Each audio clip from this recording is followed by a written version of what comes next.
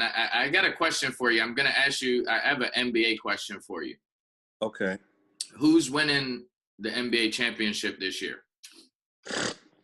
Well, my smart bet is the Golden State Warriors.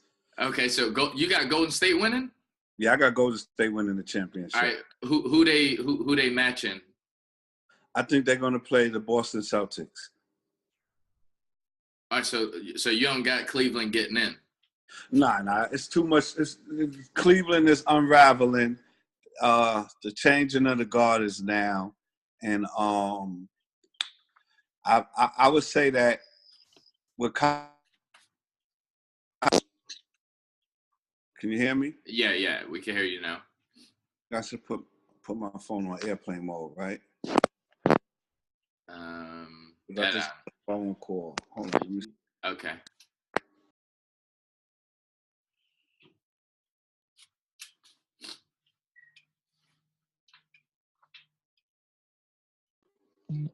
You hear me? Yeah, we can hear you. Okay. Yeah, I'm sorry about that. No problem. So you said, all right, so you got the Warriors versus the Celtics. I got the Warriors versus the Celtics. Like I was saying, the Cavaliers, they're unraveling. The chemistry is not good. They're old. They're slow. They can't defend. And actually, what Kyrie Irving said in the summertime is starting to come to life. What, that LeBron is hard to play with? LeBron is hard to play with. He's how can I say it? He's a control freak. Like if you look at the origin and the history of LeBron James, everyone is the media is trying to portray him as like one of the top 5 greats and put him up against Michael Jordan and even surpassing him against Kobe. And I don't agree with that, because the true origin of sports is quality of opposition. And if you look at it, when LeBron James was first in Cleveland, he couldn't beat Boston. He couldn't beat Orlando. He quit on his team. Yeah, he did. Then he teamed up with his buddies and made a super team. And when you look at the dynamics of what he did, it's only 8 teams that makes the playoffs in the Eastern Conference. So that means that's only eight good teams out of 16.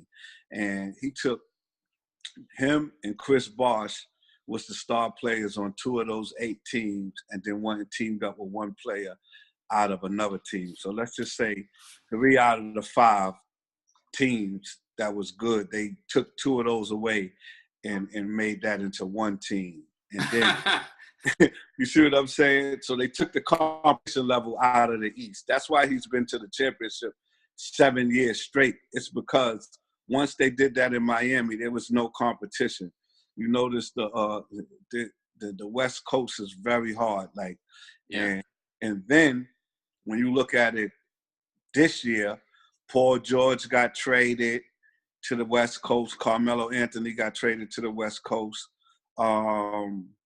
Another player from the East Coast, I believe, got traded to the West Coast. And the East Coast is so bad this year that they had to shake up the All-Star team and make the draft. That's how bad the East Coast is. So, they're saying, oh, LeBron statistically had his best season ever. Of course he would, with no competition. Like, he's playing against nobodies. So what do you think about? So I'm agreeing with you when you're talking about the Kobe. I don't think they should be in the same sentence. No. But why do you feel that Kobe? LeBron is not on Kobe's level. Are you talking championships? Are you talking skill? Like what do you? Kobe Bryant played in the era with other elite players, and they all played against each other. And Kobe was so defiant, he got Shaq traded. Like, I don't even want to play with Shaq. and he went to 4 championships with Shaq and three on his own. 3 straight finals on his own. So when they were saying he can't do it without Shaq, he did the exact same thing, 1 ring short of doing it with Shaq. And he played against T-Mac, Allen Iverson, Vince Carter, He played against elite competition, and not near them dared to team up with each other. And then when Boston did that, Paul Pierce. He beat them. Yeah. He beat a super team. You see what I'm saying? LeBron James, he didn't. Golden State won 72 games, but that wasn't a super team. You know, now when Kevin Durant got there, that was a super team. And you see what happened. So now this year, if they don't make the championship, I just believe it's over. He'll slow down sooner or later. Okay, so you explained why Kobe's better than LeBron. I just believe Kobe played in a better era. Kobe was more of an assassin, and he didn't want that type of help. He wanted to beat you. He wanted the quality opposition to be strong. So where does Kobe and the Michael Jordan? How does that play out for you? Oh, Michael Jordan is the best. Like that. Okay. That's I mean, for me, I would say, you know, it's Michael Jordan, Kareem Abdul-Jabbar, Magic Johnson, Kobe Bryant, Tim Duncan. Wait, you put it? Is that your top 5 right there? Yeah, I would put that as my top 5. In your order? In that order too? Michael Jordan, Kareem Abdul-Jabbar, Kobe Bryant, Magic Johnson, and Tim Duncan. Wow, so you put Tim in there. Oh, Tim Duncan is definitely the best power forward to ever play the game. Hands down. You got to look at it. He came out, he got Rookie of the Year, and then the next year he got MVP. His second year he got MVP, and he's never had a losing season. Tim Duncan won 50 games every season he ever played. He got 5 rings, and he went to 6 championships. All right, I got a question for you because you seem pretty well versed about Tim Duncan and them.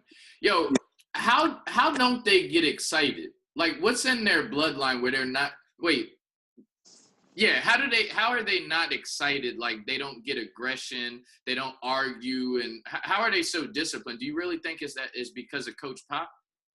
You're talking about Tim Duncan. Yeah, Tim Duncan, Kawhi Leonard, that whole lineage, Tony Parker. Why are they so disciplined?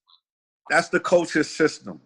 His system is to beat you with what they know best and execute it that way. So if the coach don't get rattled and the star player don't get rattled, the rest of the team is not going to get rattled. Mm-hmm. So Gregg Popovich will only take players that he see that quality in. Wow. Yeah, I got to ask you about what are you wearing right now? What type of glasses do you have on? What type of sweater is that? What is this? Oh, I have on some Gucci frames, and I got a Philip Klein sweater on. Yo, you's mad fresh right now. You got me wanting to change, step my game up a little bit. Oh, nah. I'm going to. Oh, that's a little something. That's a little light work. Yeah, that's light work. Yeah. I'm going to a Super Bowl party, so, you know, it ain't nothing too crazy today. I'm kind of laid back. All right, that's what's up. So who do you have in the who you got winning today? I actually like the Eagles to win because I want them to upset New England, but I mean I wouldn't be surprised if New England win. Gregg Popovich's teams is just like Bill Belichick's team. Mm-hmm. Very even kill, they execute well. They don't turn the ball over. And Tom Brady is equivalent to Michael Jordan on the football field to me. But I believe that the excitement and to bring football back from the type of tumultuous year that they had, it would be beneficial if the Eagles won. But who do you have? I have the Eagles. So Eagles is winning. I believe the Eagles going to pull out an upset because the defense is similar to like when the Patriots play. I mean, not the Patriots. I'm sorry. When the Broncos played the Panthers, mm-hmm. Cam Newton and them had that high octane offense, and the defense though of Philadelphia, they got players all around the field, and they can go up the middle with Fletcher Cox and them. They have defensive tackles which can get Tom Brady off his spot. So they have the pieces to actually beat New England. What's your favorite sport to watch? Or basketball.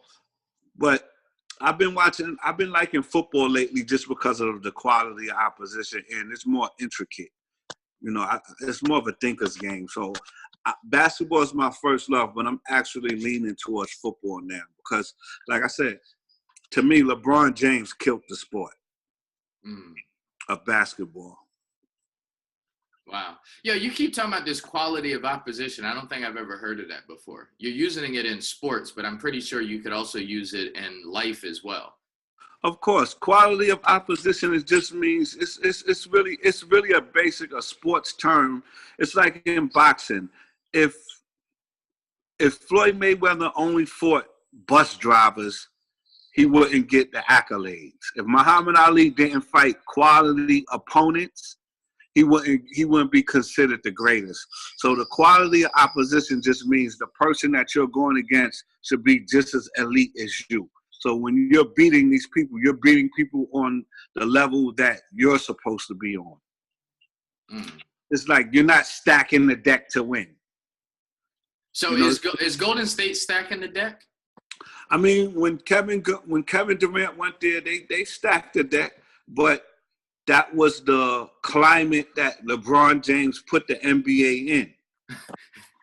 So it's like you gotta conform to the normacy of what they're doing in order to win. You a fan of boxing? Yes, I'm a big fan of boxing. Who should we look out for right now in regards to boxing? I like Lomachenko. What's his name? Lomachenko. What division is he? He's I think he's in the welterweight category. He's up and coming. I like him. He's like a Floyd Mayweather with Sugar Ray Leonard. Good defense and action power puncher. Yeah, he look out for him. Lomachenko. He's very good. And that's really who I like. And I like what's his name again? I forgot the guy's name. I can't remember his name right now. He got a funny name, but he's kind of good too. All right, so Lomachenko is who we need to keep an eye out for. Yeah, Lomachenko is definitely who we need to keep an eye out for. Were you a fan of what's his name? Floyd Mayweather? Of course, I was a big fan of Floyd. All the way, really? Yeah. I like what Floyd did because at the end of the day, boring. It's not. It's boxing is the sweet science. It's that actually how Floyd Mayweather fights is actually what boxing truly is. It's a defensive sport. What boxing truly? You just went to the extreme. Right? That's not what boxing really is. Yes, it is. He's not supposed to get hit. Floyd Mayweather had a few boring fights. So you fight, like when he does it. You like his. It's not. You gotta take out the. Sometimes you gotta take out the fandom in what you're seeing, and then actually look at it for what it actually is. He had a few boring fights, but all his fights wasn't boring, and you have to look at that to a testament to his greatness. If he can't be hit, and he always wins the punching battles. You never saw him lose on the card. So I just don't like the fact that he could go clubbing after. The era I grew up in, you knew when somebody got beat down. But isn't that a testament to his greatness that he can't be hit? I guess. See, I thought Conor, and I watched a few of his fights, and I only watch it. I'm one of those fans of the sport where I would only watch his fights just to hope that he loses. And I thought Conor was going to get it. I thought Conor was going to beat his ass. Conor wasn't going to beat him. He drugged that fight out for 8 rounds because he put a bet up, and he let one of his partners place the bet, and the bet was he'll beat him in 8 rounds, and he wanted to give the fans some money, and plus he might get some type of partnership in the MMA ring. So he set himself up for another payday. That's all. Is he the greatest?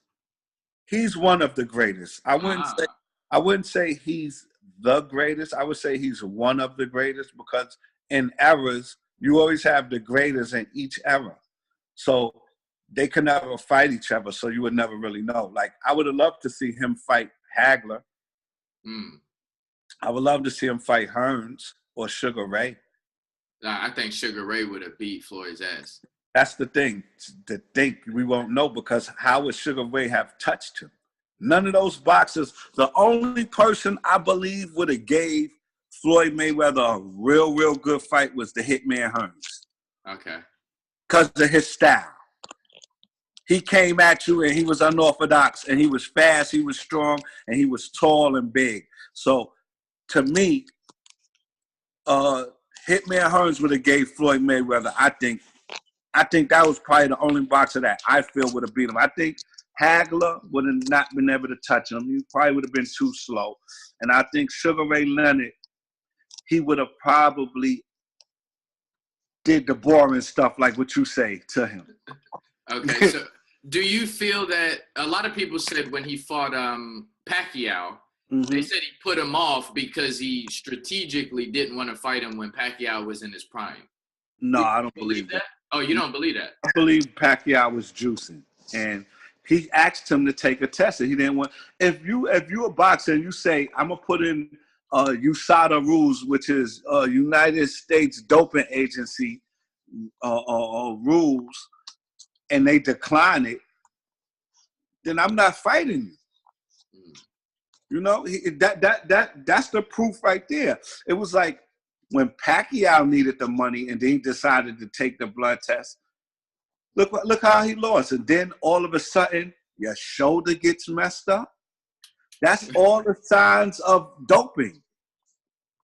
Wait, so you thought he was still doping even when they fought? No. When you get off the dope, your body breaks down.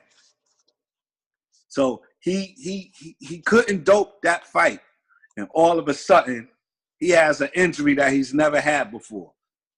Man, and then he didn't. I mean, it's the truth.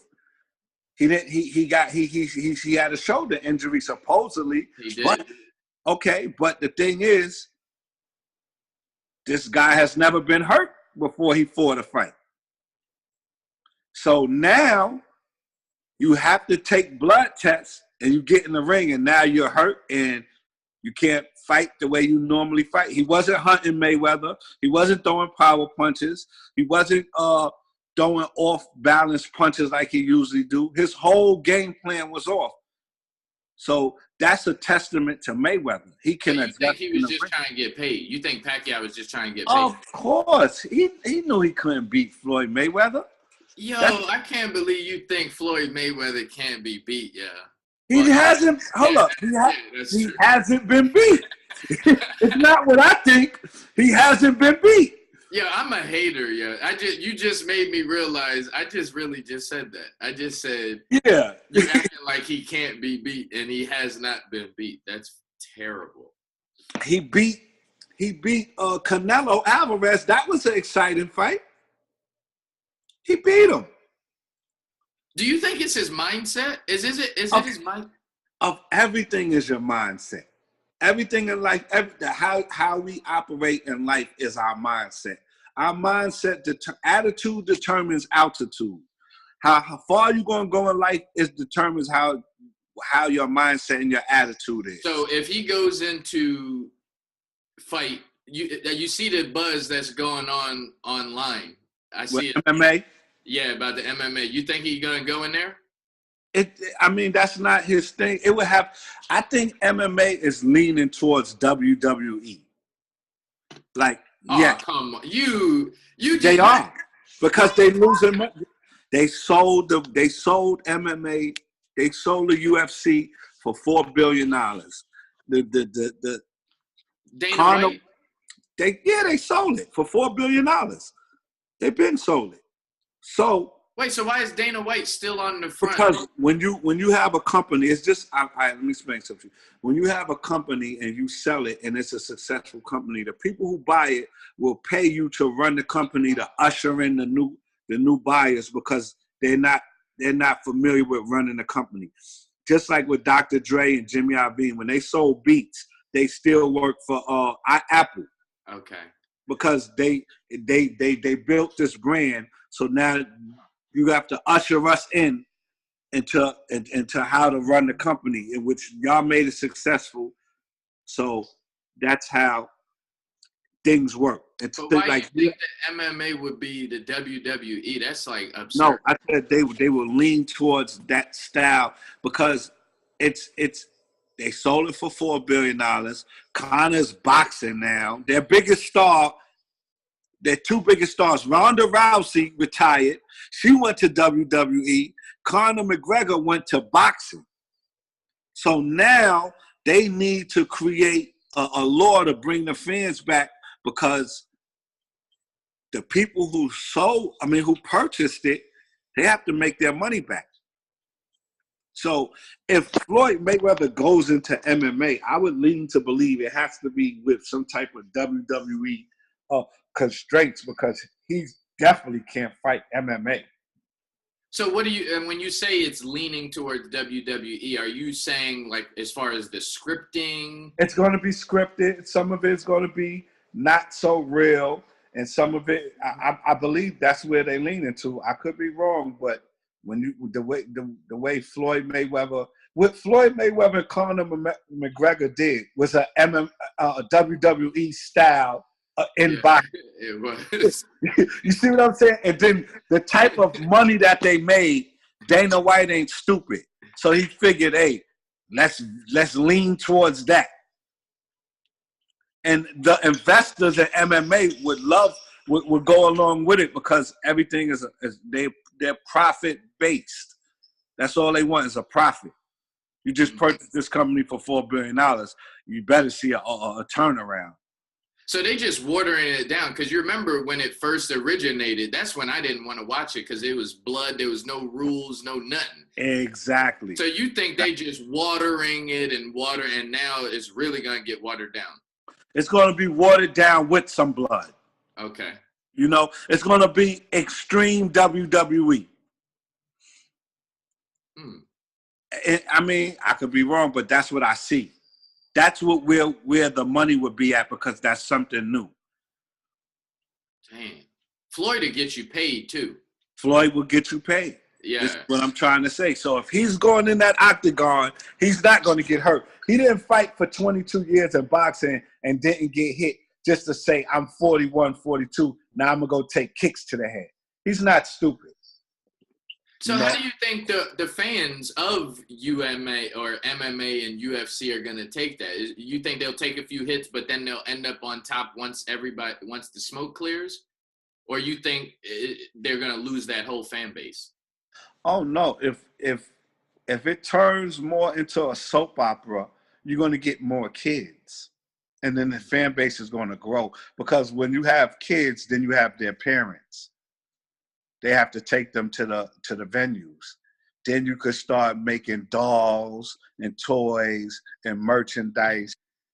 It just gets bigger and bigger. I never thought about that. That's actually really good. I also wanted to ask you about, I wanted to switch gears just for a moment to go into this. Nothing's off limits. Yeah, nothing's off limits, man. I wanted to ask you about this music thing. There was a big debate going on social media that I saw last week, and they were talking about who had the better run as a group. And it was Outkast, it was the Lox, it was G-Unit, and it was Dipset. Who, in your opinion, had the greatest run as a group? Oh, that's I might be biased on that. I know you biased. I know. But I have some facts to back it up, though. Wait, so you saying Dipset then? It has to be Dipset. It has to be Dipset. G-Unit. Now, you heard the question. You said the biggest run, right? The biggest run. Okay, now I'm going to break it down to you, right? In my personal opinion, Outkast is the best group as far as lyrically hip-hop. If just the origins of hip-hop, Outkast is the best group. But it's only two of them. I like Andre 3000 better than Big Boy. To me, Big Boy is Andre is dope. Okay? So one cancels the other one out. But they're a group. They came from the South. They put on the whole city, and they started a culture. They started a movement. So they're up there. To me, lyrically, they good. But I would just say they earned a spot in history. Okay. G-Unit had the biggest run because they had the biggest artists. If you really look at it, it's really only 50 Cent. The Game sold a couple records, but he was out after one album. Mm-hmm. Lloyd Banks never got that big. Tony Yayo isn't really not that big. And Young Buck, he had a tumultuous career. He never really got off the ground, and he was talented. There's no disrespect to none of them, but none of them took off like 50 Cent did. Right. Now, you can say that for the Lox. The Lox have a lot of good feature songs, featured with other artists. If you think about it, they got a lot of songs with DMX, a lot of songs with Puff, a lot of songs with Biggie, a lot of songs with Jay-Z. You see what I'm trying to say? The Lox doesn't have a catalog of their own that can surpass. What? They have a catalog. I'm talking about as a group. Yo, are you kidding? Wait, the first album to me. Don't say it. That was the only good album. Jadakiss doesn't have a classic album. No, he doesn't. I'm sorry. Jadakiss is he's nice on features and all that.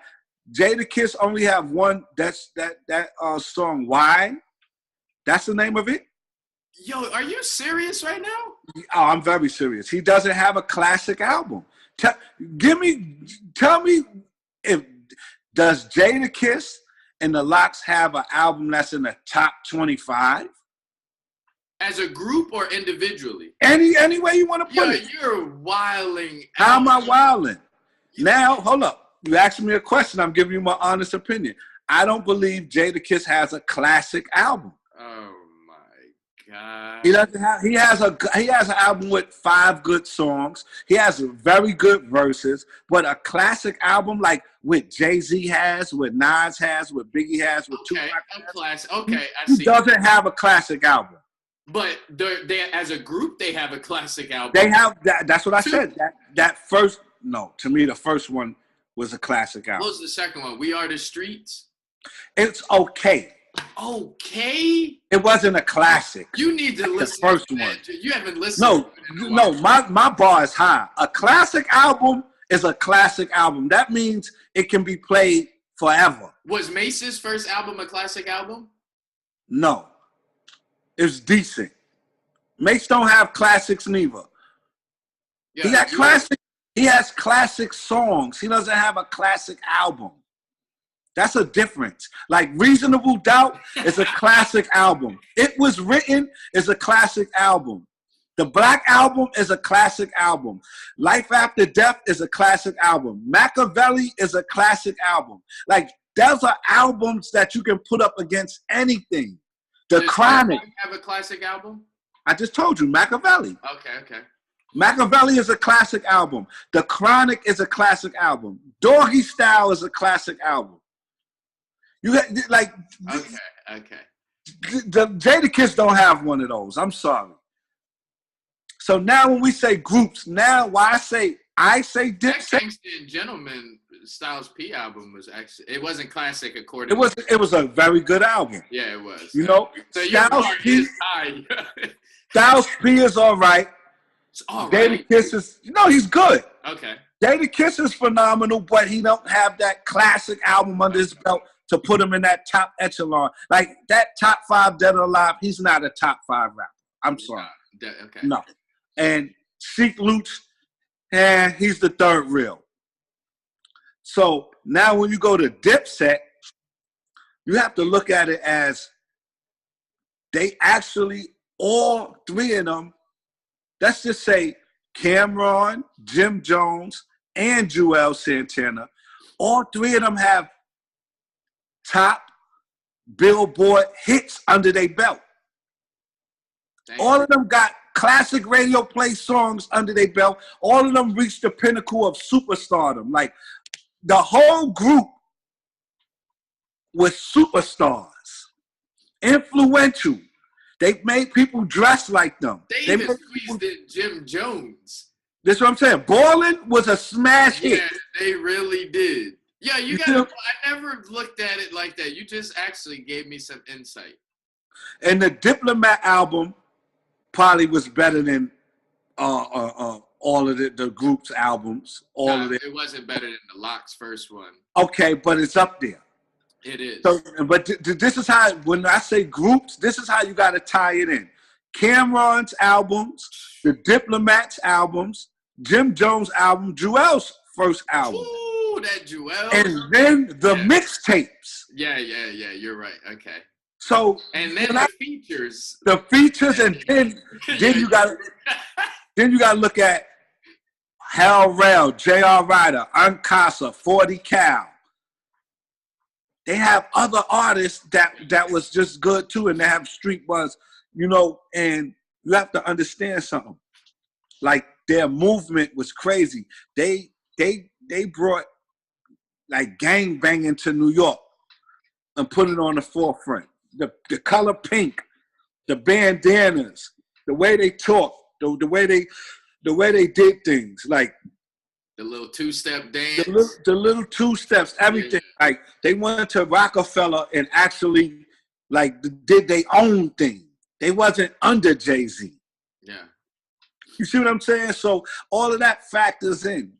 So to me, Dipset is the best group because of everything they did. Like, G-Unit stood on 50 Cent's shoulders. That's just the truth. That's true, yeah. You know, the Locks, maybe the shit with Puff in the beginning and all that messed them up. The Locks technically is the second best. And then I would say Outkast and then G-Unit. But Outkast, really, I wouldn't say a group because it's two of them. Yeah. You know? And then, if you really, really want to get technical, Run DMC is in that category. Nah. Yes. No. They started it. Wait, according to you, do they have a classic album? It doesn't matter about when it comes to Run DMC. The reason why a classic album doesn't matter is because they have one or no? At the beginning of time, Down with the Kings might have been a good album at the time, and then their first album probably was a classic in the 80s. See, you got to look at it from the time frame. This was the first super group in rap. They had Adidas. They had everybody wearing the hats, the gazelles, the shell toes. They had the influence. They was in movies. You see what I'm trying to say? Like, you cannot speak rap groups and don't say Run DMC. It's impossible. They're in there. It's just that they're older, but when you look at it, their history is stronger than everybody's. Of course, yeah. You see what I'm trying to say? So they're in that category. You can't leave Run DMC out. They are the OGs, the forefathers. Without them, maybe groups probably wouldn't even have been looked at like that. Do you remember when you first, do you remember the first tape or the first hip-hop song or hip-hop album that you was like, yo, this joint crazy? Where you... I got an answer to that because I know what you're trying to say, right? Yeah. And I asked this question to a lot of people, like, what was the song that made me fall in love with hip-hop? Exactly, yeah. The Bridge Is Over by KRS-One. That, when I used to hear, because, like, I'm from Grant Projects in Harlem. So, like, it's a lot of rappers that came from out of there. You know, like Kumo D lived up the hill from me. The Treacherous Five, I think, was on the other side of Grant. So it was a bunch of rap groups around my area. So I used to hear like the old school records and all that, but I was young. So it was just like in passing and all that. When I heard The Bridge Is Over, that drop, like when that, when I heard that, oh my God. I was like, yo, this man is amazing. Still to this day, KRS-One has one of the best live shows you could ever watch. KRS-One is very, very underrated. How much underrated is he? Very. He started a lot of stuff that people are doing that people don't understand. Like, he had a song called Love's Gonna Get You. So he was talking about the reality of street stuff. And like, he was telling stories about the street in the hood, that the good and the bad and the outcomes. Then he was a battle rapper.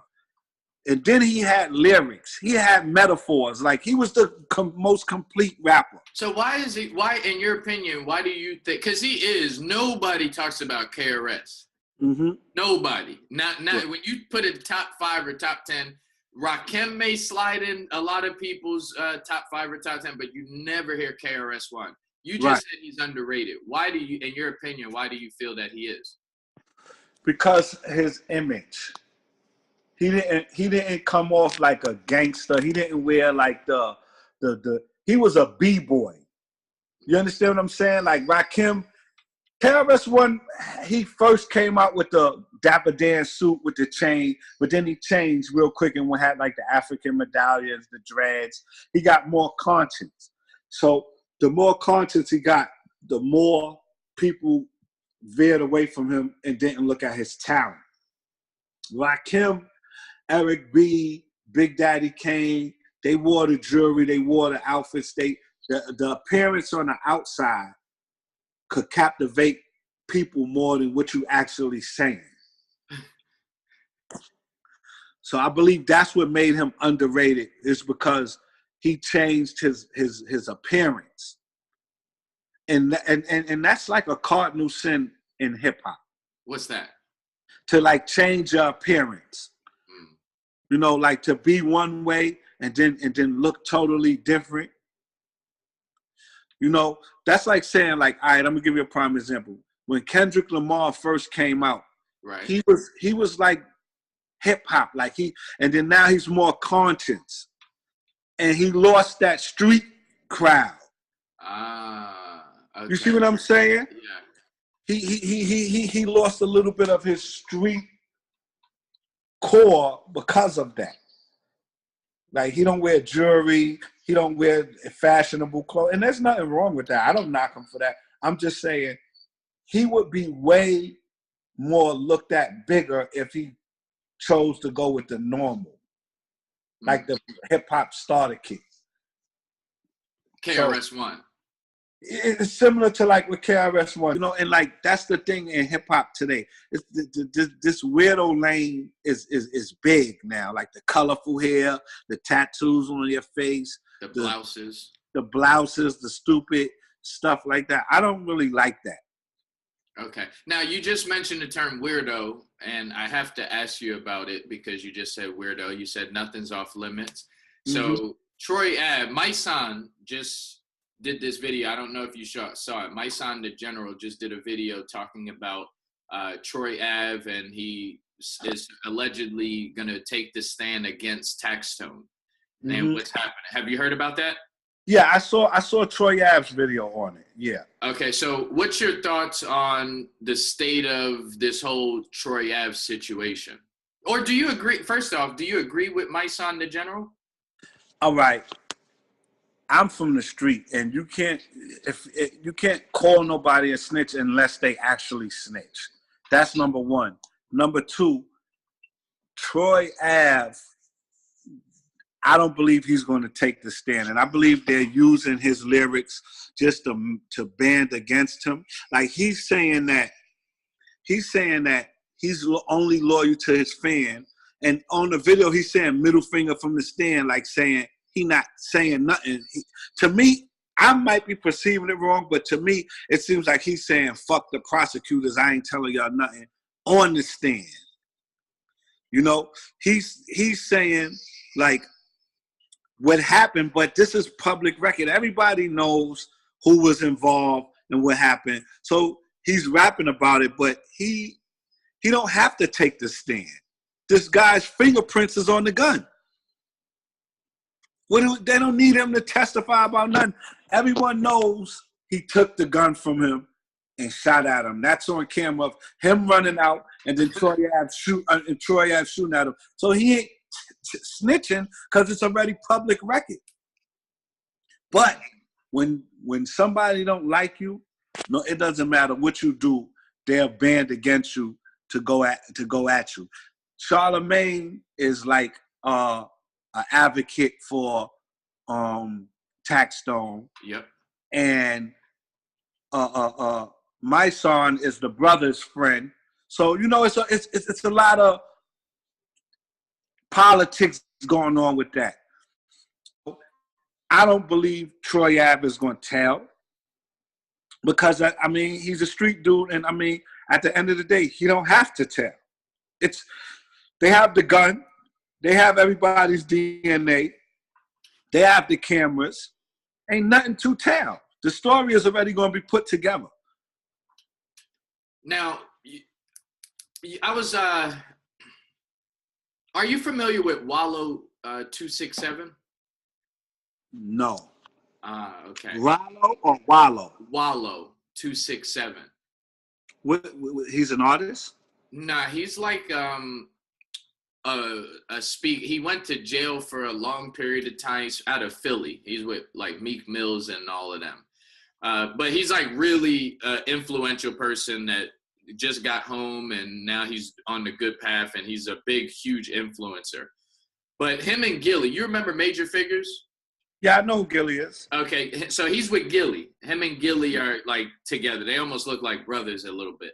So they were doing this video talking about how these days, how when we were growing up, things were different. As far as, I'm not a street dude, but those people who are in the streets, they didn't give their public information, like they gonna go rob somebody, or they just did this, or they showing their guns, or they doing all this. And they was talking about how this generation they're telling on themselves. Oh, like what's your take on this generation switch? I'm glad you brought that up. Now, this is the funny thing about that. A lot of people in the new generation, even from the, I'm sorry, I'm saying it wrong. A lot of people from the old generation like to criticize people in the new generation like the old generation never made mistakes, which is 100% wrong. You see how when Jay-Z said, let's not act like Tupac didn't have a nose ring too. Like trying to say, let's stop acting like our time people wasn't doing weirdo shit neither. You know what I mean? Tupac was in the motherfucking tub full of shit. Or, you know what I mean? Some crazy shit he was doing too. But he was beloved. Now, I'm going to get to my point. Do you know what's the biggest component or device that put people in jail since let's just say the 90s or the mid 80s and the 90s? Do you know? People? Of course, people, but it's the telephone. A lot of cases, drug cases, conspiracy cases, murder cases, whatever, have gotten solved because of wiretaps. Now, this is the old generation I'm talking about. A lot of old people went to jail for talking on the phone. Rayful Edmonds' mother was talking about him on the phone. They had her wiretap. Big Meech's brother was talking on the phone. They had that shit wiretap. I could go on. A lot of people got caught for talking over the phone. So now the same device is just more, how can I say it? It's technologically advanced. So now the same device that got the older generation in trouble is still getting the new generation in trouble. It's just that they can do more things with it. Now they're taking pictures, they're posting on social media, they're doing all that. But it's the same tool, the telephone. The telephone is getting everybody in trouble And it's the same thing. But now you got a visual instead of an audio. Then you're putting it on platforms. So at the end of the day, I don't understand it. Now, it is true what the older people are saying that, okay, it's more advanced, but then the stupidity got more advanced. Like, if you're a drug dealer, why the hell would you put pounds of weed on your Instagram? Yeah. That's just stupid. Why would you put guns on your Instagram and you know you going to shoot people and all that? So, yes, but it's the same thing. We used the phone and got arrested. They're using the phone and getting arrested. So the pot can't call the kettle black. It's about empowering. But see, that's the thing. In order to reach our youth, we cannot act like we're better than them and we're just so much smarter than them and they're so stupid. And that's why they don't connect with the older generation. All right, so you're qualified to answer this question. You're also very intellectual. Let me just say, I want you to ask me the question, but I wanted to finish off of what I was saying. Because okay. a lot of people don't understand this, right? The youth, a lot of these young kids are products of crack. The youth, the kids that's 25 today, their parents was crackheads in the 90s. Right? Mm-hmm. Do you agree? Absolutely. Okay, so now I'm going to get to my point. The reason why the youth don't respect the elders so much is because when that little boy was 5 years old and they was walking through the neighborhood with their mother, they seen the older guys trying to sell their mother crack. Ma, I got nickels, I got dimes, I got this, I got that. Or they might have seen their mother buy crack from them. So now, when their mother got so strung out, their grandmothers had to watch them. So now the grandmothers is tired. They already raised their child. Now they got to raise their child's child. So the child is more inclined to get in trouble and do other things that they're not supposed to do because the grandmother can't chase them around. So now when they get older and they get into power, they remember the guys. Like, oh, that's that old motherfucker that sold my mother crack and sold my auntie crack. So they look at the people like, you messed up my life. So they have no respect for them. So it's like it's the revenge of the crack babies. Mm. You see what I'm saying? So they have no respect because they see these was the same people that sold my mother drugs. And then they are still, a lot of them are still on the avenues trying to sell drugs. So now imagine if you was a youngster. The revenge of the crack babies. Exactly. But imagine if you was a youngster and you trying to sell drugs now and the guy that sold your mother crack is still on the block and don't want to let you have the block now. They want to keep it for themselves, but they should really have a job and be done with it. But they're still trying to run the block. So now that's where they don't have no respect for them. Mm. And I'm just talking some street stuff. Yeah. But that's where that gets tangled in that. See, what I'm trying to figure out is if we stay on this street conversation, right? I'm trying to figure out, I get people that join my business pretty often that came from the streets, right? And sometimes they got locked up, but they was dealing, right? For drug dealing. Mm-hmm. Drug dealing, what it takes to be a halfway successful drug dealer has a lot of the same qualities that it would take to be an extremely successful business person. Of course. Let's say, like, what are some of the similarities in your opinion? Where, like, why don't we see it? Because the drug game, for the most part, it's not profitable, especially when you calculate the risk that it's going to take. If you get caught, or if you're going to need lawyer fees, if you're going to, you have to look over your back, the neighborhood that you have to live in, right? It's not worth it. It depends on the scale that you're selling drugs on. See. So let's start at the bottom. The bottom. Okay. If you're starting at the bottom, first of all, you're probably working for somebody. So if you're starting at the bottom, you just like getting packages from somebody. Somebody might give you 100 dimes, which is $1,000, and tell you to take $200 and give them back 800. So you had the lowest, form of hustling. So that's the bottom. So yeah, the risk ain't worth the reward, but you don't have enough money or power to even get into that position to give people packages. So that's like the lowest level of it. Okay.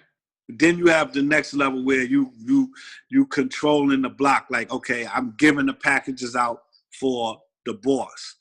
So, that takes, you have to sell packages first to get to that level.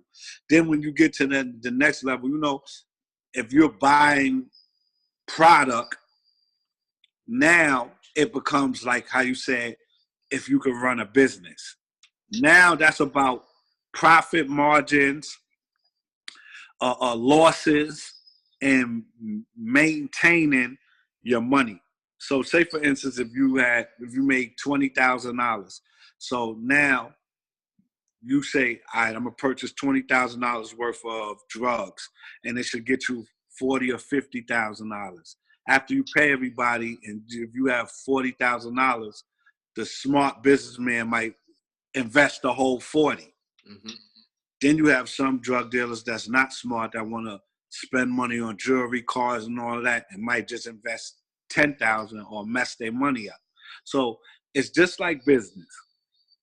The strong survive and the smart survive. But when is it smart to go on the bottom level? See, I think, I don't know how long it would take to get rid of, like your example was somebody give you 100 packs or whatever, and then that equates to $1,000. You give them 800, and then you keep 200 for yourself. Mm-hmm. I'm thinking that's going to take longer than a couple of days to get rid of. No. That might, on my block, that might have took 3 hours. Okay. So that may make. Yeah. Oh no, drugs is a lucrative business at the time I was selling drugs. It's not like that today, but back in the days, you can make 10, 15,000 a day on a block. But not at the bottom. I mean, you can make. Just say if you made somebody 15,000, right? Mm-hmm. So that's 1,500 G packs. So if you got 200 off of each pack, that's almost what? 10 packs is 2,000. Then another 5 is 1,000. So you made $3,000 that day. Damn. Yeah, at the lowest level you can make money, but at the end of the day, it's still your freedom being risked, and it's not worth it. But that was at the height of the drug era. That's not today. It's not even nowhere near worth it today. Now, like how you said, it might take days in today's market. I would never know, but at the end of the day, it's a dumb game to be in today. Right. What's a cool replacement for selling drugs but could put the same amount of money in your pocket? I would say you can purchase merchandise. You can purchase stocks. You might not make as much money. You're never going to make drugs is probably the fastest money you're going to make. So there's no alternative for that. But the thing is, for how long? You see what I'm saying? You can be making money fast, but then you got a RICO indictment around the corner, and you might be risking 30 years of your life, or you might be risking. It's so many factors to the streets. You have the police you got to look out for. You got to look out for the jack boys. You got to look out for the women. You got to look out for the beggars. It entangles a lot. It's a big umbrella to be successful in the drug game. You have to take care of a lot of people. You have to empower a lot of people. Like if you're a big drug dealer, you got to have killers with you. So now you have to pay them. You can't be just in the street without protection if you're making large amounts of money, because they will come for you. So at the end of the day, if you are risking all of that in today's climate, it's just not worth it. So what I would tell somebody is, like, you know, like I tell anybody, find out what you're good at and invest your time in that. And you know, today it's better to just have a job and be a family man than to just be outside hustling. But when you were dealing drugs, right? Mm-hmm. Were you ever did you ever think like, yo, I could get caught eventually? Like, I may go to jail for this. Did you ever, like, I always wonder, like, do you think about this, like, the fear? I got a large amount of arrests. Like, first I got arrested, I got parole. So I finished, probation. So I finished my 5 years probation. Then I got arrested 2 times in a month, and I ended up going up north to jail. So I did time for it. But when I was hustling, of course, you know, drug dealers are the most paranoid people. You're scared to use the phone. You're scared to talk around people. You're scared. You don't know who to trust. Because normally in the street, when something happens to you, it's normally somebody that knows you. Because drug dealers are so secretive and so they so paranoid that no one knows what they're doing except for a chosen few. So when something happens to them, it's that chosen few. So you're always mindful of that. So it's a stressful occupation, and it's just not worth it. Like, at the end of the day, you put so much on the line you don't get back in return what you put into it. So it's like the time that you spend doing that, you could actually invest that time into something else, especially in today. But, you know, back when I was hustling, and I didn't see another alternative. So it was like I had to go through that just to see that there was another alternative. So it was there, but the other alternatives were there. You just didn't see it. Like, all you saw when you looked up was hustlers. I wasn't educated to know that there was another alternative. Like when I was young, I wanted to be like the big drug dealers. Like, that's what I wanted to be like. Mm-hmm. And I wasn't the only young person that was like that. My whole neighborhood was like that. We wanted to be like the guys with the big jewelry on, the flashy chains, the pretty women, and the nice clothes. So we didn't know about the alternatives. All we saw was the Cosby Show. You know what I'm saying? So that was like out of reach to us, because in the neighborhood, they have you programmed to think that the white man is holding us down and this is all we could do, which is really not true. But if you're growing up thinking that and you're constantly told that, then you're just going to do what everybody else does. So, you know, it's like when I was young, I liked to play basketball. So I didn't start out selling drugs. I started out playing basketball and stuff like that. Were you nice at playing ball? Yeah, I was pretty good. I wouldn't say I was nice. I was pretty good. I was a good player, but one thing, like what I learned today, and I didn't know back then, like if I would have practiced and dedicated my life to basketball, I would have been nice. But at the same token, children need motivation.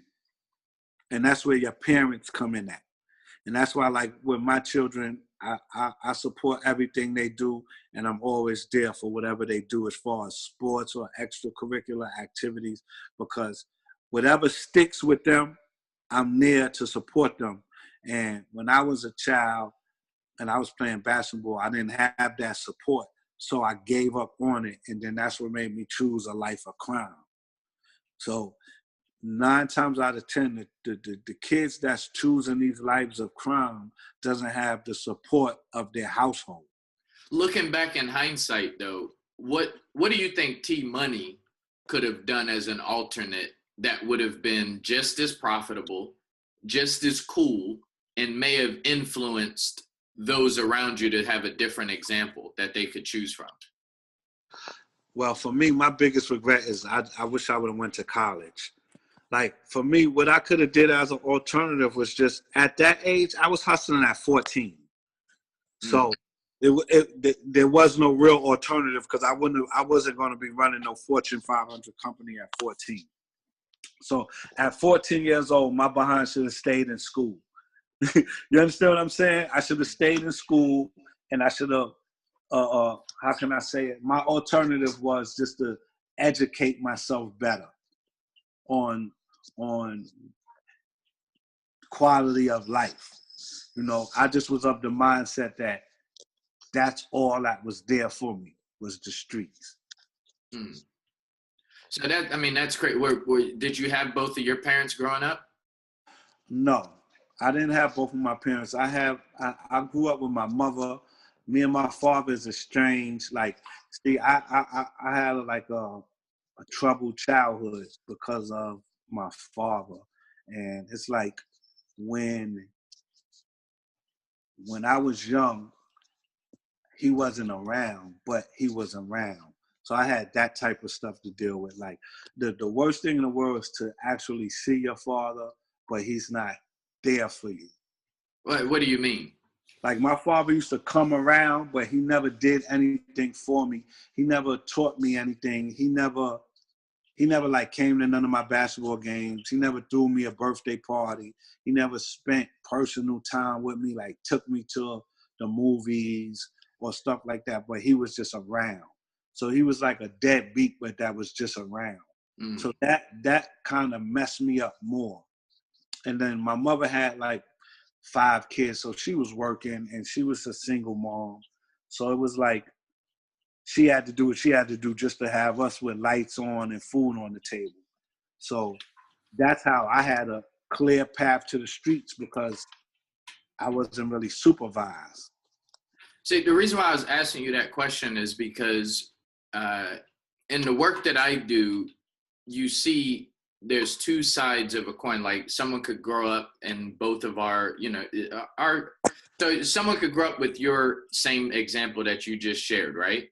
And they could have kids and they could repeat the same exact thing. But then you have some people who go through something so traumatic and something so life-changing that they do exactly the opposite, and they're the most incredible parents in the world. I think that's the path that I chose. Of course. Because, like, for you me, would think, like, you was watching, like you said, the Cosby Show was out of reach. Like, that wasn't for me. But in a sense, what you're creating, you're creating like a little Cosby Show type of atmosphere. And that's not what you were brought up with. No, because exactly what you said. Like, for me, I took my pain and I said I would never translate it onto my children, because I know what it felt like. And that's one thing I could never understand, especially with men. Like, if you know what it feels like to grow up without a father, why would you install that into another child? So, like, for me, the pain was made, like, ever since I was little, I wanted to be a husband and a father. So I always said to myself, I'm going to be the best father and the best husband I could be. So it was just in me like that. So the way that I am today, that's what I always wanted to do. So it wasn't like, it was like my destiny. But like I always say, like, my father didn't teach me nothing, but he taught me everything. And what I mean by that is I learned from his mistakes and I knew not to make them again. So, like, me and him, we don't speak still to this day. We not really cool, but I always go back to the things he didn't do, and I say, that's something that I would never do. So, you know, people always have to take their mishaps and turn it around. As only the strong survive. If you let something break you, then you're broken. You see, sometimes the things that's the most harshest to you is going to make you the strongest. And then when you at your strongest, you make the best decisions. Because life is about the choices you make. And then you got to deal with the consequences. Because, like, you can choose how you can choose the choice you make, but you can't choose the consequences. So, like, I chose to be a father. I chose to be a husband. I chose to be present in my children's life and very, very, like, proactive with them. So I teach them manners. I teach them how to cook. I teach them how to survive. I teach them everything. So in return, the consequences of that is that I'm just trying to raise good children. That's really dope. I see that, let me see. I wanted to also ask you about, you talked previously about our leaders, as far as Black leaders and the difference between rappers and leaders and things of that nature. The pulse in the hip hop industry right now is it's very hard for these kids to determine the two. Like, I'm not Jay-Z. I'm a huge fan of Jay-Z, but in my opinion, Jay-Z doesn't show enough. He's not a leader.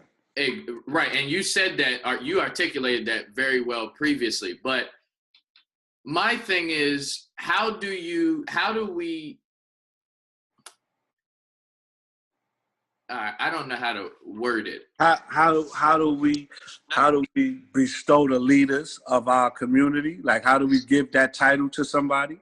Yeah, because here it is. I love, and I told you this previously, that you had this one video on your Instagram page, and it was when you was washing your daughter's hair, and it's something so little to me. I mean, it's something probably even smaller to you because it's just a way of, you just do what you got to do.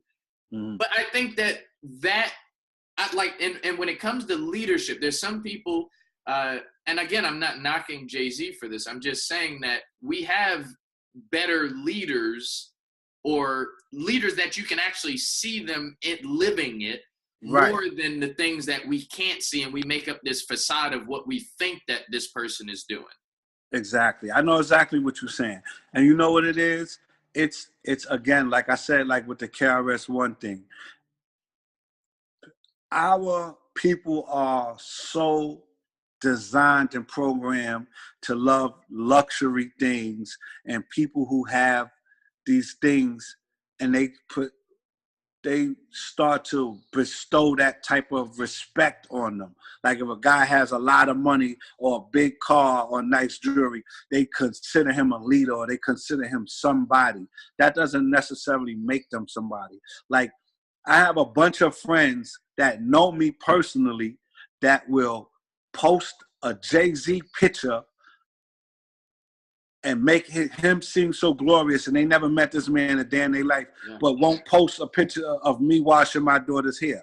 Like, they would assume Jay-Z is more of a leader because of his stature in the music industry, but he's not teaching them anything really. Okay, the 444 album, the financial stuff he's talking about, I talk about that all the time. But my actual friends won't post that of me saying it, but they'll post it of Jay-Z saying it. So I know totally what you're saying. But then you got to look at one thing too. He's at a place now where he's trying to turn around. But see, that's karma, and that's when a person feels a certain type of way about what they did. Now, I'm gonna explain something to you, and this is real talk. We love to, and I say we, it's not really me, but I'm saying we as a people, we love to glorify village killers. And I'm going to tell you what a village killer is. A village killer is a person that will destroy their village for personal gain. Now, I'm going to give you a prime example, right? In the beginning, Jay-Z rapped about selling drugs, killing people, doing this, doing that. So the legions of fans that he gained through talking all of that negativity, he made people aspire to do that. So for that one person to make all the money, look how much people he destroyed, mindsets. So it's like saying, okay, I'm a preach this ignorance just for me to have capital gain. And now that when he amassed the wealth, he wants to now turn it around and try to teach people how to be wealthy. But what about the legion of men that's in jail that tried to be like you from 1996 until you felt like getting your life together? Look at Lil Wayne. He killed a village. He preached drugs, lean, violence, gang culture, everything. So now all of these followers that he killed the village off for him to make $100 million. Nicki Minaj, the same thing. She's teaching, when she first came out, she was teaching little girls how to look dumb, act dumb, and talk dumb. But it's for her personal gain. She's the only one making money. But look at how all the little girls started acting stupid. And just like Little Kim, the same thing. She made a legion of girls be freaks for her personal gain. Do you think that they know this? Of course they know this. They don't care. It's like I said again, they will kill a village just to make money. You just freaking helped me out. I feel the same. I see this shit, but I didn't know a name to actually call it. You have a very special way of articulating simple shit. Like, that's exactly what it is, village. Because now I didn't know, because you shared that with me before, but this time I think you said it more impactful and articulated it better. But I didn't know that they knew. But they have to know. Yeah. No, because you got to understand something. When Nicki Minaj stopped acting stupid and started rapping with some sense, she fell off the map. Now it's about Cardi B. She's acting stupid and dumb. That's who the powers that be puts in power. You see, Jay-Z started talking about financial success. He gets no Grammys. They put him in the front seat to make him look stupid. He wins nothing. So when you're not killing the village no more, we don't want nothing to do with you. Look at Lil Wayne. No more money.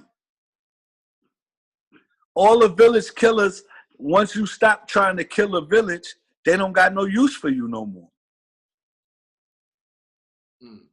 You see what I'm saying? It's easy to spot. You have to know what you're doing. Like I said again before. Hold on, wait. Let me get choices you make. I want to get some clarity on this, just real quick. These village killers. So you said with the Nicki Minaj, once when she was acting dumb, she was at the top of the game. Then when she started rapping like she made some sense, as you said, she fell off.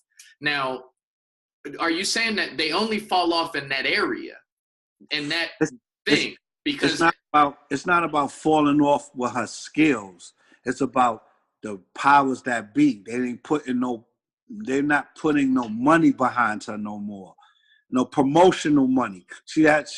She's not getting the radio spins. Look at Cardi B is getting all the radio spins. Look at all of these weirdo rappers with the tattoos on their face, with the colored hair, dressing like women and all that. They're getting all the promotion because they want our kids to dress and look and do. How could you get a job with a tattoo on your face with colorful hair? So now they're pumping that so they can destroy the village. Damn.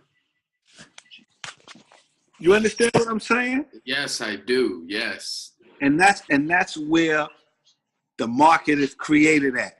It's always to keep us stagnant. But we have to be mindful enough to say, nah, we don't want that. Y'all can have that crazy weirdo stuff. We're not purchasing that. See, we control the market, but they control what we hear, what we see. The press is a lie. The press is predicated off of what they want you to know, the information they want you to have. Mm. So it's the same thing with the music. Everything. The Hollywood, you notice all of these white actresses that was in Hollywood, they saying that they got touched and all that. Now you look at Halle Berry and Taraji P. Henson, right? And I'm going to just be honest with you. I believe, why you think black women didn't get the roles in Hollywood? Because they were told. Mm. Black women are strong, and they wasn't going to let no white man tell them, you got to have sex with me for this role. They were told.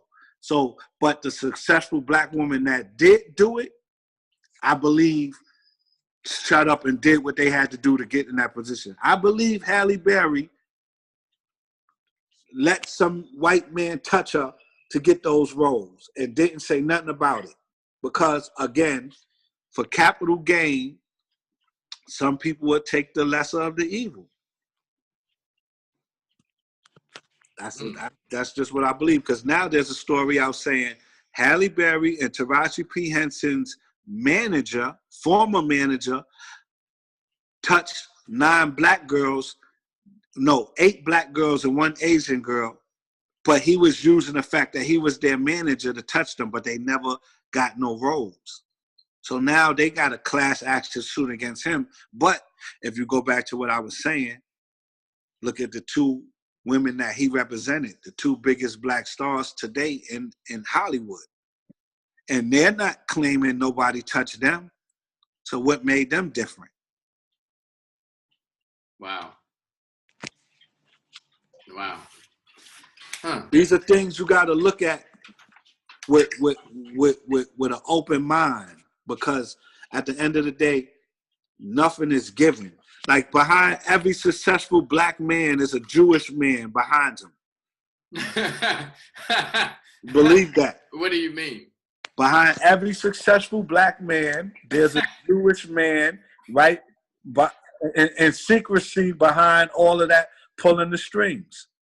You Google every successful black man. I guarantee you is a Jewish person on his team, financed something or did something. I guarantee you. Jewish people is about business. They don't care about the color. They know how to monopolize off of people's talents. Is there a way to beat that? Is there a way to get around that and still? We have, like what me and you always talk about, the black economical infrastructure. We have to build our own. If you go on YouTube and you look up the white racist NBA owner that got kicked out, mm-hmm. he said when Jews is messed up, we have an organization to help them out. We pool our money together, and if he need a barbershop, we'll get him a barbershop. If he need this, we'll get him that. If she's into real estate, we'll get her a real estate office. He said black people don't do that. So now the black people that does get in power is a Jew that took his time out and said, all right, I see your potential. I'm going to put something into you. Clive Davis behind Puff Daddy. What's the guy named from Def Jam that gave Jay-Z and them their money? Leor Cohen. You just name them all. The white dude that own the NBA, they gave all these black people they contract. Those is Jews. If you don't have a Jew friend, you're not winning. You need. I tell all my people that get you a Jew friend. The Jew behind my success was a Jew. Yes, a Jewish person got me all my money. It's the truth. And I love him. He's like a father figure to me. But the point I'm trying to say is, it's the truth. Behind every successful black man, there's a Jewish person in the win. Yeah, that's funny. Do the research. I guarantee you. That's really good. Go Google who's the executive producers for the Oprah Winfrey show. Who cut her checks? Google that. I guarantee you it's a Jewish person. Her manager, who started her. That's you know? powerful. That's really powerful. All right, we got to switch gears this last time. Okay, we can switch gears forever. I could talk about everything.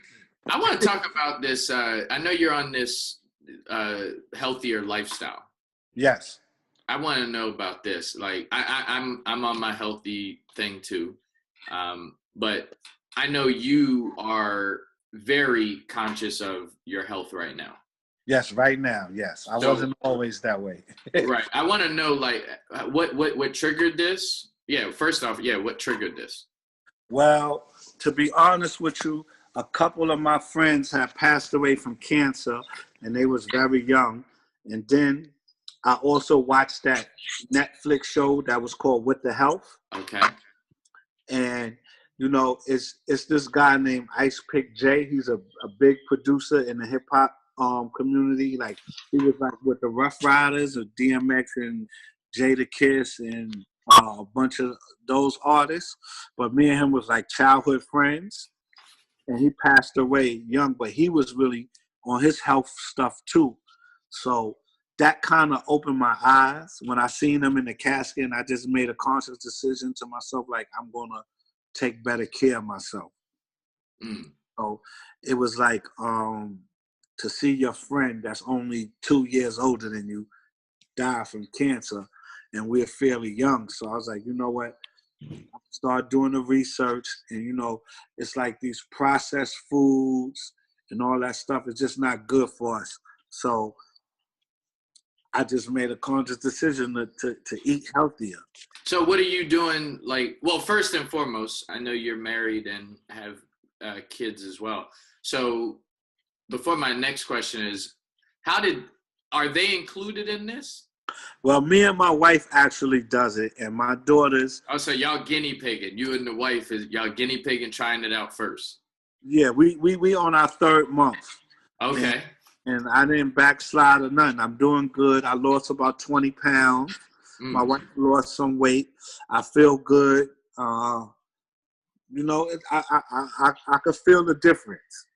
Okay. But as far as like my children, I'm not going to impose nothing on them yet. I'm trying to ease them into it. But as of right now, I want them to see the results from me and their mother. Do they see it? Like, have they noticed the 20 pound? Have they noticed you feel good?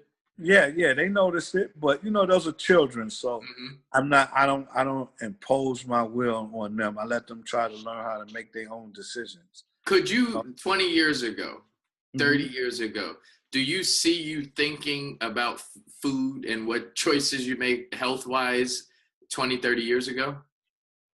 No. That's what I'm saying. Like, was you just the eat whatever type? Like, you didn't have any discipline? You just whatever you eat back in the day? No, I never ate pork in my life. You missed out. No, I didn't miss out. I used to eat pork all the time back in my day. Out. Pork is bad for you. I grew up in a Muslim household. That's number one. Okay. Yeah, but I've never ate pork. I won't say I've eaten bad. It's just that I've learned now that the stuff that I was eating is just not that good for you. So give us an example. Like, what's an example of some things that you were eating? McDonald's, you know, processed foods, foods that's like, how can I say it, with a lot of fat and a lot of stuff that can grow inside of you and block your arteries. You know, a lot of butter. You know, I even learned that you can't eat too much fish because it's high in mercury. So, you know, stuff like that I just was oblivious to. So when you just said butter, are you using less butter, or are you not using butter at all these past days? I don't eat butter. I eat margarine now. I don't eat butter at all. Wow. Yeah. But like I said, it's not easy. I would never tell anyone it's easy, but you have to have, like what we was talking about earlier, you have to have the mindset. You have to have a conscious mind to say, I'm not going to do it no more, and this is what I want to do. And once you have that type of mindset, you actually can do anything. But It's you just can like, cook though, right?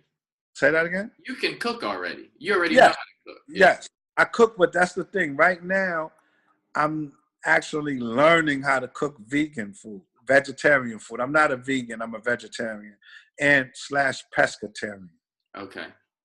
So I'm actually like resetting my cooking skills because I know how to cook all of the other type of food, soul food, Uh-huh. Italian food, Spanish food, Jamaican food, but I don't cook none of that no more. So I cook it for my kids, but I've been trying to like learn new recipes for the vegetarian stuff. But I'm getting a grasp of it.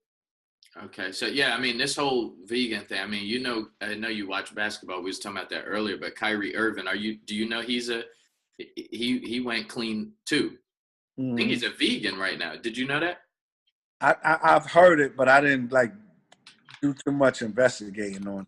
Yeah, he accredits a lot of his success this year because it happened in the early part of the year. But Mm-hmm. John Sally, you're familiar with, you remember John Yeah, Sally. He's sorry. pushing a lot of these athletes to go vegan. Hmm. So if you're looking for some inspiration on those new recipes as you're adjusting, Hmm. I would check out John Sally. He's very well versed in this industry. Okay, yeah, I will do that because I'm definitely like learning new recipes and stuff like that. Like I just made some vegetarian lasagna, but they have like it's coming along. Like they have this thing called like Beyond Meat, and Uh-huh. Yep. it tastes just like ground beef and all that. So I've been using that, and I've been eating Beyond Burgers and stuff like that. So it's a trial and error. You learn, and then you take what's good and you throw out what's bad. All right, just being honest, does your wife like the food that you like? Does she like the vegan lifestyle? Yeah, she likes it. Yeah. We started together, so we actually have we've been going to a lot of vegan restaurants and stuff like that. Good vegan food. Yeah, we actually went to an Indian, because we out here in Atlanta, so we went to an Indian vegetarian restaurant. We went to a couple soul food spot ones. In New York, it's more variety than here, but they have some Chinese. They have some Chinese ones too. Oh That's yeah. decent. Yeah, so we've been eating out more with it because we've been trying to learn the recipes, but now we're starting to cook more at home. You tried a General Tso's tofu yet? No, I don't really like tofu. Really? Yeah, I don't really like tofu. You don't like tofu? Mm-mm. Bean curd? I don't like beans. I've never ate beans in my life neither. What? Mm-mm. I hate beans. Wow. Yeah. Okay. So I wanted to read this to you as you're on your health stuff right now, right? And it's called the Dirty Dozen Plus. And there's also a Clean 15. And what it basically says, it's been studies and research shown that this was enlightening to me, so I just want to pass it. I just learned this about 2 weeks ago. So it basically is saying if you don't buy these things with the organic label on it, it is very, very, very unhealthy. And if you do, and so they have 15, well, they have 18 now. It used to be 50, it used to be 12, then it jumped to 18. So there's 18 things that are listed that you must buy organic. And here they go. Strawberries, spinach, nectarines, apples, peaches, pears, cherries, grapes, celery, tomatoes, sweet bell peppers, potatoes, cucumbers, cherry tomatoes, lettuce, imported snap peas, domestic blueberries, and hot peppers. If you don't buy those things organic, you're really doing yourself a disservice. Now, here's the other ones whether if it's organic or not, it's a thumbs up. And it's called the Clean 15. Number 1 is sweet corn, 2 avocados, 3 pineapples, cabbage, onions, sweet peas, papaya, asparagus, mangoes, eggplant, honeydew melon, kiwi, cantaloupe, cauliflower, and grapefruit. Are any of those surprising to you? Uh, I would say the not the clean ones. The Okay. other ones, I would have thought some of those things you could eat that didn't have to be organic. Okay. Yeah, That's funny. that, that, Go that ahead. was interesting. Yeah, it's crazy, right? Hmm. Are any of your friends and you guys circle of friends and stuff, are they health Yeah, conscious right now as well? yeah. My cousin, he actually started, and then I have about 3 or 4 good friends that's vegetarians and vegans too. So, they help me out a lot. They actually like helped me start off. That's really good. All right, so as we're winding down, this is the Nothing's Off Limits with T Money the Icon. And I wanted to ask you about some,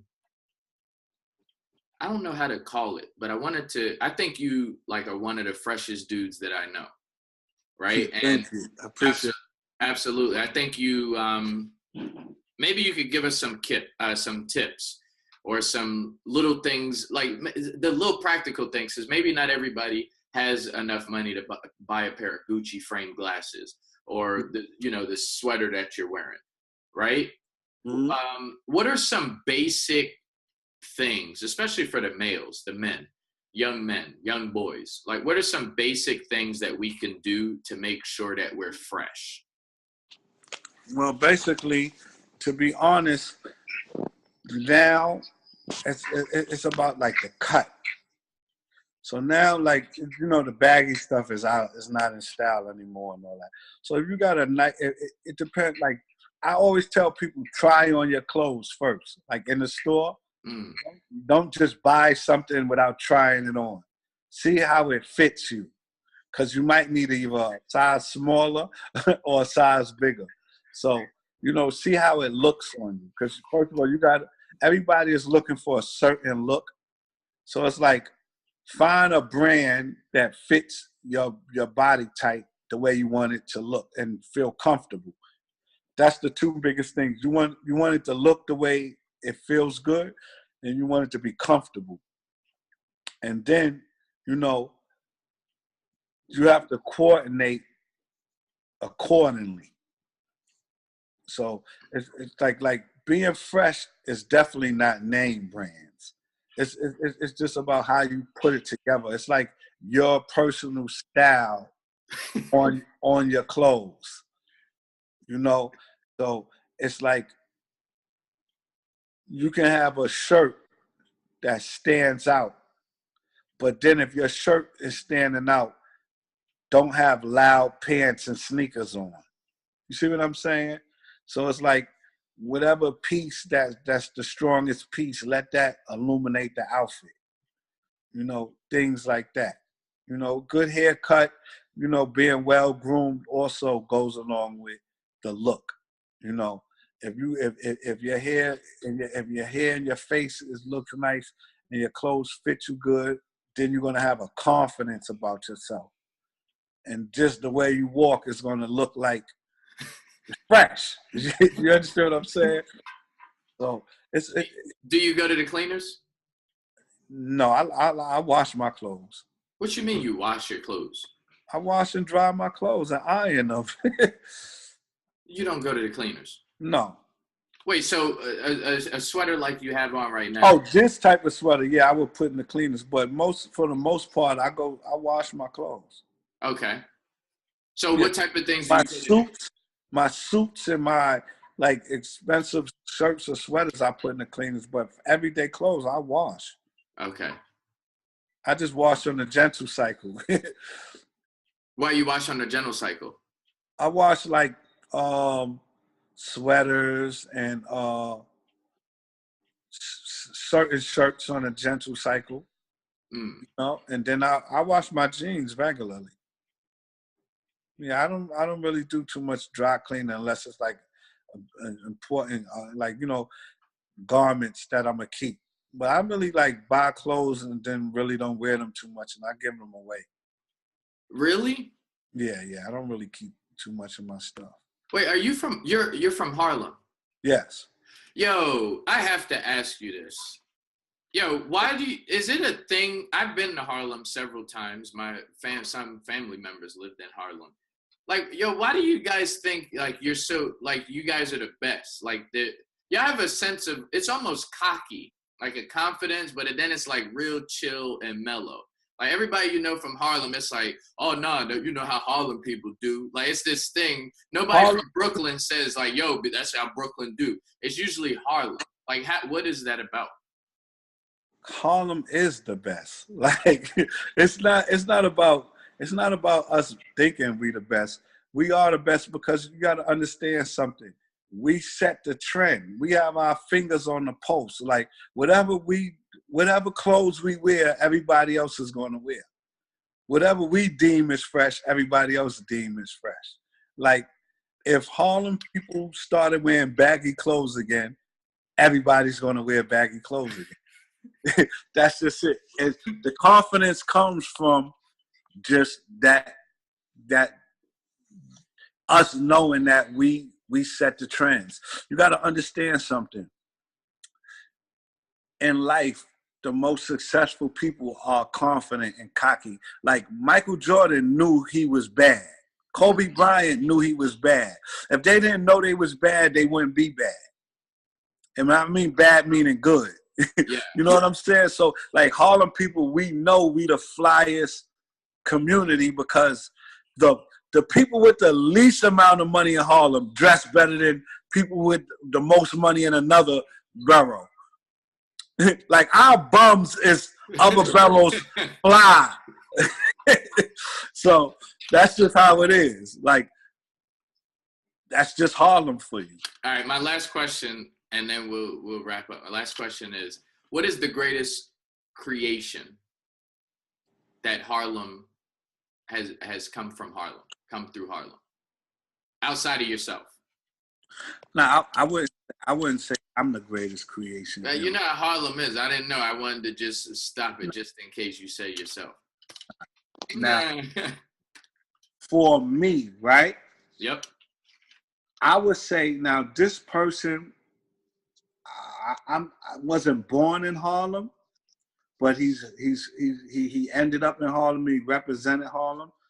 For me, I would say Malcolm X.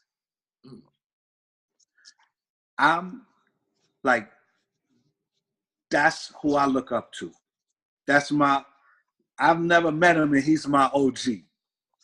Like Malcolm X is what every man should aspire to be. Why?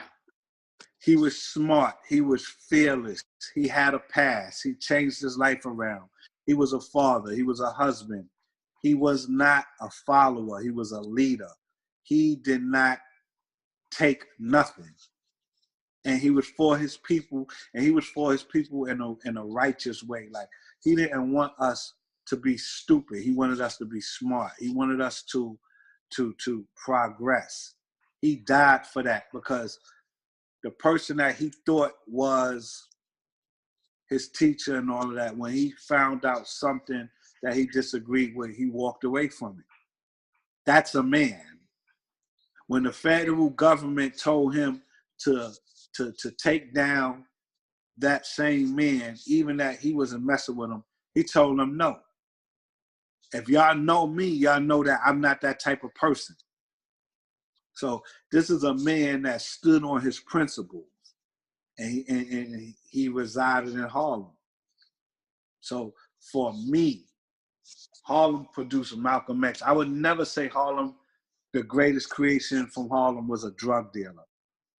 I would never say that because Harlem is rich in culture and rich in Renaissance, and it's so much more to Harlem than fashion and drugs being sold that people don't understand that. Like that's why Harlem is what it is. It's because of the culture of Harlem, like 125th Street, the Apollo, the Mart. It's so much. Like Harlem has everything going on in it at one time. Gambling, everything. Like it's so much going on in Harlem at one time. And it's like there's a bunch of conscious people in Harlem too that came from Harlem. You know, Kareem Abdul-Jabbar lives in Harlem. I've been to his brownstone in Harlem. Maya Angelou lived in Harlem. You know, they had brownstones in Harlem. So at the end of the day, for me, it's Malcolm X. Like, I read his book, and that book, like, changed my whole life. That's when I read Malcolm X's book is when I left the streets alone. Mm. Yeah, I got out the game, and I wanted to do better, and I wanted to start to empower my people and just speak. Like right now,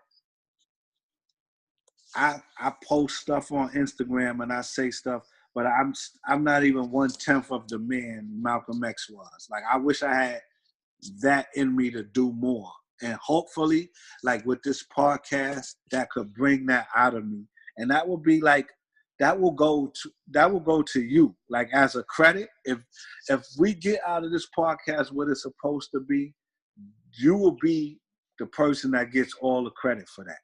To be totally honest with you, because it's inside of me, and a lot of people tell me that, but I have to get it. I have to bring it out of me. And you ask me the questions that's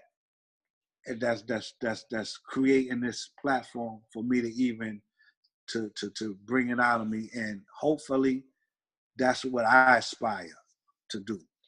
Yeah, well, I greatly appreciate that, man. Coming from you, I'm just honored to be on this journey and for you trusting me with this opportunity. But I know we got to get out of here.